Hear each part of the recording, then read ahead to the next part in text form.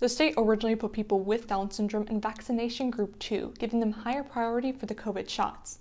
Now they're in group 4. Advocates say that this jeopardizes the lives of people with the genetic disorder. Advocates from North Carolina Down Syndrome Alliance are calling on state health officials to prioritize people with Down syndrome for COVID shots. We wrote letters to Dr. Mandy Cohen and Governor Roy Cooper, and we are asking that all of our family members call in and explain how imperative it is that our individuals with Down syndrome are able to get the vaccine in priority group 2 and 3. The Centers for Disease Control classifies people with Down syndrome at an increased risk for severe illness from the virus. And there's research that shows that they're 10 times more likely to die of COVID-19 than a typical person. Severe illness is defined as hospitalization, ICU treatment, or even death. The CDC suggests people with the disorder be put in group 2 for vaccinations, but the state placed them in group 4 after healthcare workers, older adults, and frontline essential workers. Many people with Down syndrome live with elderly parents and may rely on care workers for support. Those workers often go home to home, increasing the risk of COVID exposure. Yes, they are exposed to their community through their healthcare workers.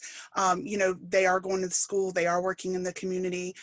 Parents are working and bringing the virus home. North Carolina will begin vaccinating group 3 frontline essential workers on February 24th. It will start with people working in childcare or in pre-K through 12th grade schools, then move to other frontline essential workers on March 10th. Those frontline employees must work in person and be a part of 8 essential sectors. The state says they will vaccinate people with Down syndrome in specific categories. Long-term health care is one of those, and then if they are an essential worker. Many of our individuals with Down syndrome aren't essential workers, and if you go to Find My Shot, if you put in the typical information about any of the individuals that I know with Down syndrome, they're going to fall into category 4. Reeves says vaccinating people with Down syndrome can help prevent straining hospital resources. And there's such a small group that if we isolate them and go ahead and get them vaccinated, that they won't be such a strain on the system. In Greenville, Victoria Holmes, 9 on your side.